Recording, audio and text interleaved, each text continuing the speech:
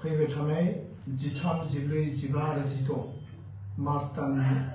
दुलाराय बर' फरायसा आफादनि सानब्रैनि हाबाफारिनि गेजेरजों खुंनो गोनां जोंनि बोसोरसालियाव जुथुमा बे जुथुमानि जोंनि जि खुंफुंनांगौनि बिथिङाव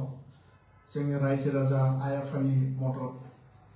आरो गासै जोंनि जिखिनि वेल विजारफोर दङ दुलाराय बर' फरायसा आफादनि दालाइसा जोंनि दखरा जोंनि जिल्ला जोंनि स्टेट कमिटि आरो जोंहा इउनिभार्सिटि इउनिट कमिटि दङ जोंनि जिफोर कलेज इउनिट कमिटि दङ गासैनिबो मददनि गेजेरजों आरो एबसुनि जेसेबां बारग' बिबानगिरि दैदेनगिरि मावथि बिथांमोन दङ बिथांमोननि बाहागो लानायनि गेजेरजों बे खेबनि दुलाराय बर' फरायसा आफादनि 57थि जि बोसोरसालिया जुथुमा जोङो जोबोद मोनसे मिजिंनि गेजेरजों जाफुंसार आरो बर' हारिनि जिखिनि जेंना जेंसि जोंनि थासारि जोंनि जिखिनि हाबा मावनांगौ दङ बड'फानि आदर्शजों गेरेमसा माहारि दानायनि थाखाय जिखिनि जोंनि थांखि आरो जिखिनि एजेन्डाफोर दङ बे गासै बिथिंखौ बे जुथुमायाव सावरायनाय जागोन दा बेखायनो गासै बिथिंखौ नोजोर होनानै बे जुथुमायाव दुलाराय बर' फरायसा आफादा माखासे गाहाय हाबाफारिफोर लादों आरो बे हाबाफारिनि गेजेराव जोंनि जिखिनि स्पर्ट्सनि एक्टिभिटी जोंनि कालचारनि देंखो सेनि थामनि आरो जोंहा जिखिनि लिटारेरि एक्टिभिटी दङ बिनि अनगायैबो दुलाराय बर' फरायसा आफादा गिबि खेबनि थाखाय एजुकेशन एंड यूथ कनक्लेव जोङो बेयाव लादों आरो बे हाबाफारिजोंनो Bodoland space and science exhibition जोङो मोनसे मैखोम हाबाफारि बेयाव थि खालामनानै लादों बे हाबाफारिनि गेजेरजों दुलाराय बर' फरायसा आफादा मोनसे मेसेज होनो नागिरदों जे दुलाराय बर' फरायसा आफादनि दिनैनि जे सानथौ आरो सानस्रिया जाबाय जे बिगियाननि जे मोनसे सानथौ आरो बिगियाननि जे मोनसे आथिखालनि जि बिथिं बे बिथिंजों बर' माहारि बर'नि जि फिउचार जेनेरेशनखौ जों दाफुंनायनि थाखाय आरो बेखायनो बे यूथ कनक्लेवनि गेजेरजों जेराव जोङो एम्पावारिं यूथ फर वाइब्रेंट बड'लेण्ड आरो बेयाव जोङो विकसित भारतनि मोनसे एजेन्डा थांखि लानाय जादों आरो बे विकसित भारतखौ जिहेतु मोनसे टारगेट सेट खालामदों आरो भारतआ जौगायोबा बर'फ्राबो जौगानांगोन दा बेखायनो यूथखौ एम्पावर खालामनायनि मोनसे थांखि आरो बे हाबाफारियाव भारतनि सोलोंथाइ मन्थ्रि आथिखालनि मानगोनां डक्टर धर्मेन्द्र प्रधान बिथाङा बाहागो लाफैगोन बिथाङा सानसे सिगांनो क'क्राझाराव हर थाफैगोन आरो बिथांखौ आं थांनायजों नुदोंमोन जे central institute of technology CIT बे CIT आव बिथाङा बेरायफैनांगौ आरो लोगोसे दुलाराय बर' फरायसा आफादनि बे यूथ कनक्लेव बेयाव हाबाफारियाव बाहागो लानांगौ बिथाङा बाहागो लानो थाखाय गासै बिथिंनि जिखिनि जगाजग आरो दासिमनि जि टुर प्लान बेखौ तयार खालामनाय जाबाय गुबुन मोनसेजों बे हाबाफारियावनो बेंगलुरुनिफ्राय इन्डियान स्पेस रिसार्च अर्गेनाइजेशननि जायफोर सिगांनि डाइरेक्टर बिथाङा बाहागो लाफैगोन आरो बेयाव साइन्स एग्जिबिशनाव कलेज इउनिभार्सिटिनि आरो स्कुलनि साइन्सनि मडेलजों लोगोसे गुवाहाटी प्लेनेटरियामनि टेलिस्कोप नाइट भिजन हरनि समाव जोङो अख्रांखौ नायनो हानाय बा स्पेसखौ नायनो हानाय बेबायदि माखासे बेबस्था जों खालामनाय जादों आरो शिलंनिफ्राय नर्थ ईस्ट जि मोनसे बेयाव इसरोनि जि सेन्टार दङ बे सेन्टारनिफ्राय स्पेस अन व्हील्स नाय माने बेयाव मोनसे लाइभ भेन फैगोन आरो बिनि गेजेरजोंबो माखासे इसरोनि जिखिनि मडार्न जिखिनि माखासे बिथांमोननि खामानि मावनाय बे बिथिङाव जोङो गुवारै आरो गोथौयै जों मिथिनो हागोन दा बेखायनो बे जोंनि बिराद मोनसे गोनांथार आयदा गुबुन मोनसेया जाहैबाय जे जोङो बे 14 तारिखआव जागोन आरो 15 मार्चआव दुलाराय बर' फरायसा आफादनिफ्राय 1000 जोंनि आगुनि मिरुनि जिल्लानि आरो गुबुन गुबुन लेयारनि दैदेनगिरि बिथांमोनखौ जोङो मान बावगोन आरो बेयाव मोनसे गेट टुगेदार कनफारेन्स गोदान आरो गोजाम बिबानगिरिनि गेजेराव मोनसे लोगो हमलायनाय सावरायनाय माहारिबाद जातीयताबाद सेल्फ डिटारमिनेशननि बाथ्रा बर' हारिया गेरेमसा माहारि जानांगौ मास्टार रेसनि बाथ्रा बड'फाया बुंलांदों आरो बे बड'फानि जोनोम जायगायावनो जिहेतु दुलाराय बर' फरायसा आफादा दतमानि बड'फा फोथाराव जों जुथुमा खुंनो थांगासिनो दङ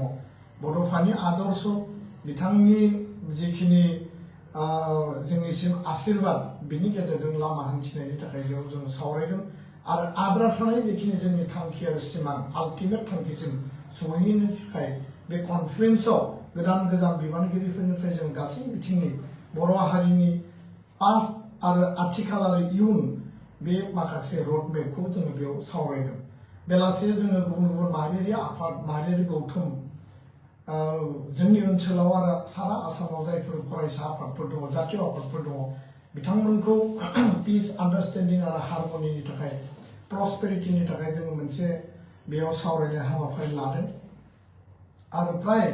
50टानिबो बारा माहारियारि जिखिनि फरायसा आफाद जातीय आफादनि संगठननि आफादगिरि गाहाय नेहाथारिया बे हाबाफारियाव बाहागो लाफैगोन। गुबुन मोनसे बिथिङा जाहैबाय जे नैबे जथुम्मायाव गिबि खेबनि थाखाय दुलाराय बर' फरायसा आफादनि मिरुनि एनुवेल कनफारेन्सआव जाय समाव जोङो सिगांनि सोमावसारनाय बा गुबुन समाव भारतनि नखर मन्थ्रिखौ जोङो लोगो एपइन्टमेन्ट बिनानै लोगो हमनो गोनां जायोमोन आरो बे मोनसे नियम बे नियमनि आधाराव बयबो सिस्टेमेटिकलि बयबो लोगो हमो नाथाय मालाबा जोङो सम मथे लोगो मोनबोआखै मालाबा जोङो ट्राइपार्टाइट टक खालामदों टेबल टक खालामदों एकर्डनि सायाव रायलायनो लोगो हमदों आन्दलननि समाव बड'फानि दैदेननायाव आरो गुबुन दैदेनगिरिफोरनि दैदेननायाव ट्राइपार्टाइट टक जादों किन्तु गिबि खेबनि थाखाय क'क्राझारनि बड'फा फोथार दतमायाव खुंनाय बे गेवलां मेलाव गासै बिथिंखौ नोजोर होनानै जों हांख्रायनाय बायदियै